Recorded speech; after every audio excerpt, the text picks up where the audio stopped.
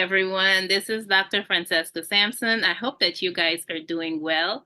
So, in continuation of March month, so you guys know, taking care of our mental health, my organization. So, for March month, we are celebrating social workers and we're also celebrating Women's History Month. So, for this entire month, I am going to be interviewing some dynamic social workers and also women doing phenomenal work in the community. Now, today I have the privilege, let me tell you guys, the privilege of speaking with Miss Rolanda. I have worked with her prior, when I taught introduction to social work. She has came into my classroom and she has shared a wealth of knowledge. The feedback that I've gotten from students, it wasn't just knowledge, because I always think it's important to bridge practical and theoretical, because I'm teaching the theoretical in the classroom, but I always invite social workers to come in and share their experience so the students know exactly what they're getting into. So Ms. Rolanda has shared a wealth of knowledge and her social work experience, and you guys are in for a treat. She's going to share some of that information here as we get into this interview. So I'm going to ask her to introduce herself and then tell us about her current practice. Over to you, Ms. Rolanda. Hi, everyone. Hi. My name is Rolanda Pyle, and I'm a social or licensed social worker. And currently, I'm working in the field of aging. I'm working with seniors who and caregivers who are taking care of someone with Alzheimer's and dementia. I work for Sunnyside Community Services, the Caregiver Support Alzheimer's Services Program. I am working part-time, and I'm the part-time community outreach worker. So I do outreach to let people know about the services. Okay, great. And the population that you are working with, I think it's so essential because that's a population that's often neglected. Because, when I speak to students, a lot of students want child welfare. They're not really looking towards the geriatric populations. So, can you touch a little bit on that, on how neglected this population is and how important it is for social workers to actually, focus on that area? Well, I think that it's important. I think, first of all, I think that in general, our country is a youth-orientated society. So everything is based on and done for youth.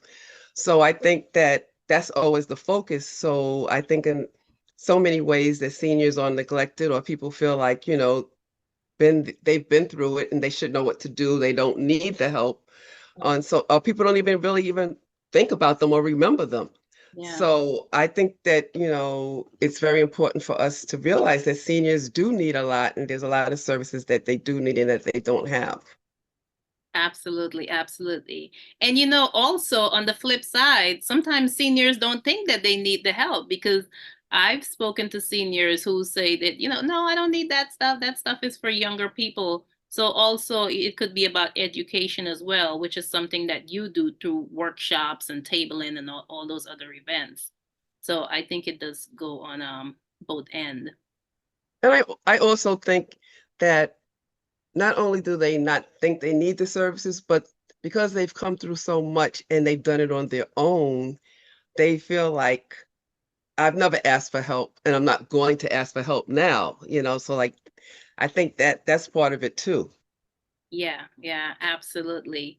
Can you share some of your other areas of practice? Because I know you have a wealth of experience. So just share with us some other areas of social work that you've practiced in. Yeah. Well, I started out in child welfare and I started out working in foster care, and I have to say that I hated it. Mm, One of my friends always told me, she said, you were always so depressed and down when you was working in foster care. I did not like it. It was not for me. Hats off to anyone who does it and who really likes it, because for me, it was very depressing and down. So I worked in it for a few years, and then I got out and I went to work in foster care prevention, which I liked much better because it was preventing kids from going into foster care. And what happened was I started a volunteer program at the agency I was working at, and I would put volunteers in the homes of these families because I realized that a lot of the times there were problems because the parents really didn't know, especially the mothers usually, didn't really know how to be parents, and they didn't have that example, that role model. So I would, and what I realized when I would place the volunteers in the home is that when it was an older volunteer, it seemed to work out better, a Wow. senior volunteer. But when it was a younger person, they would end up arguing, they would end up disagreeing. There would be they would be calling me, Miss Power, we're not getting along, whatever. Mm, So I started really recruiting a lot of seniors. And okay. so one of my colleagues who was a friend went to work for an agency and they got a grant to start a grandparent raising grandchildren program. Okay. And he called me and asked me, did I want to come on board and run this program? So I did. Okay. Um, he said years later, he told me, he said, one of the reasons I asked you is because you were the only person in child welfare that I knew at the time who liked seniors. So Mm, that's why he asked me to come on board. So, but if that was the highlight of my life, and I feel it was what God directed me into because I had a very good career working with grandparents, raising grandchildren, and yeah. developing programs. And that was my what I did for years. And then after that, I started working with caregivers who are taking care of someone with Alzheimer's and dementia. Okay. And it seems Mhm. like that's a new phenomenon now with grandparents raising grandchildren. Even if the parents are still in their lives, you see a lot of grandparents coming in and being the caretaker, the nurturer, the provider. Why do you think that But is? I don't think it's a new phenomenon. I just think that people are recognizing it now. I think for Okay. years this has been going on. I think that for years the grandparents have stepped in because when the parents have to go to, even like when they, like you said, when they have to go to work, they turn Hmm. to the grandparents to take charge. I think that a lot of my clients were from the Caribbean and they would leave their kids there Mm, when they came to America to start a new life, and they would leave them with the grandparents. And so I don't think it's new. I think it's just recognized. And I think that people recognize that the grandparents do need help. But yeah. I think for years, like a lot of stuff, it was just like, well, this is the way it is. This is what we do. Hmm. This is what we have to do. So we just do it. Yeah, yeah, you're absolutely right. You made a point there. So, why did you choose the field of social work? Okay, I always tell people I don't feel like I chose social work. I think social work chose me. Wow. When I was young and I was in school, I wanted to be a teacher. That was my first goal until I went to junior high school. When I went to junior high school and I saw how those kids was in my class were treating the teacher, I said, "Oh no, I'm not going to do this," because I was in a class with some wild kids, and I said, "Nope, I'm not doing this." So after that, all I know is that I wanted to help people. I liked helping people. I was always the child in school who, if everybody was teasing somebody and nobody talked to them, I would go talk to them because I always felt for people. So Yeah. I kind of feel like I ended up in the field. I can't say I chose the field. And actually, when I first went to school, I Mm, took up sociology and anthropology because I mm, really wanted to, I love studying society and studying different, mankind. I really didn't take up social work. And it just, as my career went on, I went back and got my second master's in social work. So I always say that social work chose me. I don't think I chose social work. I can definitely relate to that. I do think social work is actually a calling on our lives, Mhm, for the mhm. work that we definitely do. And what does being a social worker means to you? For me, being a social worker means that I get to help people in need, that I get to give to those who need it, and I get to see and assess who really needs it because sometimes they're overlooked. Yeah. And so I feel like I get to do that. And I also feel like I get to advocate for certain, people, certain conditions. And it's just the helping part that I love, that I feel like when it's all said and done, at least I helped someone. Yeah. And I always think of that song, if you can help somebody along the way, then your living is not in vain. And so that's how I feel about social work. Okay. What are some positives about being a social worker? But one, that you get to help people, that you get to really get to know. For me, I've learned a lot being a social worker. Like there's a lot of things that I might think that I know, but until I get to talk to people and see people in that situation, it gives me a different perspective. Yeah. So I think that, you know, that it helps me to see people in a different light per se. Yeah. I think social I think social work is needed for every age group, and I think that that's something that sometimes we don't see. Yeah. Um, I get to help people at their worst, and I've seen them come to their best, and that's very rewarding. Yeah. So, Yeah. Absolutely. Absolutely. And then what are some challenges? Because I know, as in every profession, there are challenges. So what are some challenges do you think well, that? first of all, I think that there's not never enough resources, Mm, and that's a challenge that I think is across the board for a lot of, professions, but there's never enough resources. Some of the laws, some of the restrictions are crazy and they hinder progress really. mhm, I think that there's not a general understanding of a lot of situations that people are in, and yeah. that's a challenge. Yeah. Um, and then there's, systematic barriers, income restrictions, like Mhm, racial disparities, yeah. laws that don't, to me, some laws that don't make any kind of sense. So it's always those kind of things. Yeah, and you led us right into my next question. So, have you encountered any type of systematic barriers? Yeah, I think it's when I was in child welfare, there were a lot of systematic barriers to me Hmm. to what could be done and what needed to be done. Yeah. I think for years there were some systematic barriers in terms of grandparents who are the caregivers getting um, being able to get funds and services, and then thank God that there's now kinship care, but not everybody can even get that. So Yeah. I think there's always been systematic barriers, and there probably, unfortunately, always will be. But Yeah. Yeah. And do you think those systematic barriers are because a lot of social workers, we don't go into macro practice a lot? From my students, everyone wants clinical practice. And I keep telling them that we need more social workers in policy, to help. What are your thoughts on that? I agree with that. But I also think that I don't think a lot of social workers even know about policy.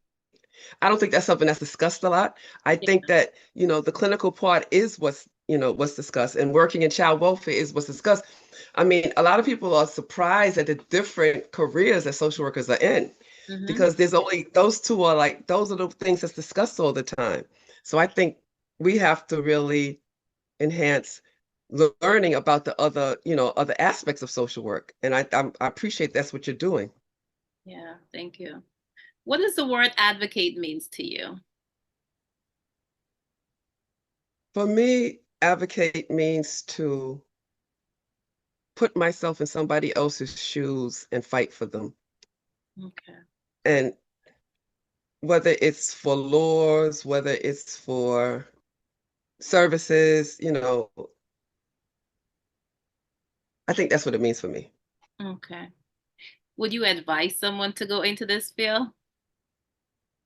I would advise someone who, first of all, if you have a caring heart and Hmm. if you feel that you can do it, I would let them know that it doesn't pay well most of the time because I mean that's one of the hindrances to people coming into the field, I think, is that the pay is not good at all. Um, and you don't always get your flowers or your, respect, or people don't really see you as somebody important. Um, and the other thing about social work, and I always advise people, is that once you get into it and you work, it can bring up issues in your own life, Yes. issues that you have gone through that you have not dealt with. Yes. So I think that people, they really need to know that before coming in. Yes. But I would say it's worth it. Okay. Do you engage in any community-based work outside of your regular job? Uh, yes, I volunteered with Senior Chat, which is where we call isolated seniors. Okay. Started out at City Meals on Wheels. They call isolated seniors once a week. And then there's a senior script where you write letters to them and cards and stuff like that. So I've done that for years. I assist churches with their senior ministries or their senior programs because a lot of churches have it, but they don't know. where to go with it, what they can do. So one of the things I've taken on in the last, several years is working with churches to help develop their senior ministries and help set them up if they don't have one. I'm a reviewer for journals for like the Intergenerational Relationships Journal. I review articles um and then I write articles for different magazines and different journals and like that. So That is that's it in a awesome. whole. That is Thank you. awesome. Tell us about any business ventures that you're working on. Only business ventures that I can say I work on is that I write my books. And Okay. I don't really yeah, I don't really do any other businesses per se, but Okay. I write my books, which is like they're all right here. So you can see Oh, them. that is Um, awesome. but that's all I do. I don't really do any other business venture. Well, that's a lot. Knowledge is power. Knowledge is Hmm. power. And for someone who is interested in getting your books, where can they get the books? Well, they can go to my website, which is bit dot ly dash Rose Communications. Okay. And yeah, so I mean it's kind of long to remember, but yeah. I'm gonna ask you for the exact website, and then I'm gonna place it in the chat Okay. so that Okay. you get that information. Hmm. We're also celebrating Women's History Month, so I'm just gonna ask you a few questions on Women's History Month as well. Okay. What does Women's History Month mean to you? For me, it means that women are finally being recognized, Yeah. that women are empowered to do whatever they're called to do, Yes. and that women are celebrated, which is needed, deserved. Absolutely. If you could pick one woman, just one woman that's inspiring to you, who would that woman be? For me, it's so hard to just pick one woman. Um, but I would have to start with my grandmother because my grandmother stepped in to help my father raise us because of the situation. My father was alone raising us, and she died when I was 11, and I never really got to appreciate her or thank her. And I didn't really never really understood the sacrifice until I started working with grandparents raising grandchildren. And Wow. then I really understood the sacrifice she made. So I would start with her. But then I would also want to mention my aunts who also, I had one aunt who really introduced me to culture and to different recreational activities and to go into plays and different things. And my aunts who also stepped in to help and who were there for us.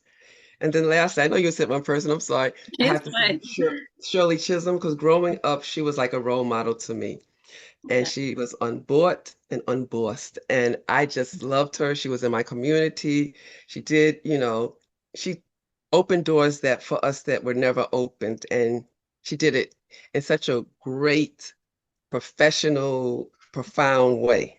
Yes, So yes. I'm gonna leave it at that because I know you said one. Absolutely. Do you do anything to celebrate either Social Work Month or Women's History Month?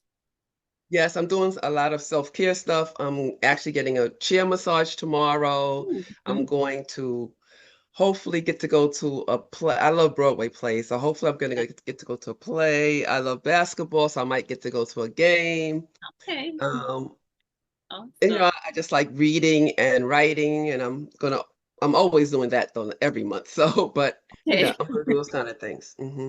Well, I think you answered my next question. I was going to ask, how do you self-care? But Oh, okay. so Well, those are great. those are some of the things that I do. And then I take time out to pray and to spend time Yeah. with God's word because I believe in that. And yeah, so that's it. Thank you. Thank you. Thank you for sharing all of this information. Is there anything else you would like to share with our audience? No, I just want to say thank you to all the social workers and thank Yes. you to all the women who are out here, working for us, advocating for us, Yes. sacrificing part of their life for us. And I just want to say thank you. Yes, thank you. Thank you so much for being a part of this. And, as we continue to celebrate Social Work Month and Women's History Month, If you know of anyone who would like to be interviewed, feel free to share my information. But thank you for coming on and doing Thank you so much for having me. this. All Good to right. see you again. You as Okay. well. Have a great day. Bye-bye. Okay, bye bye.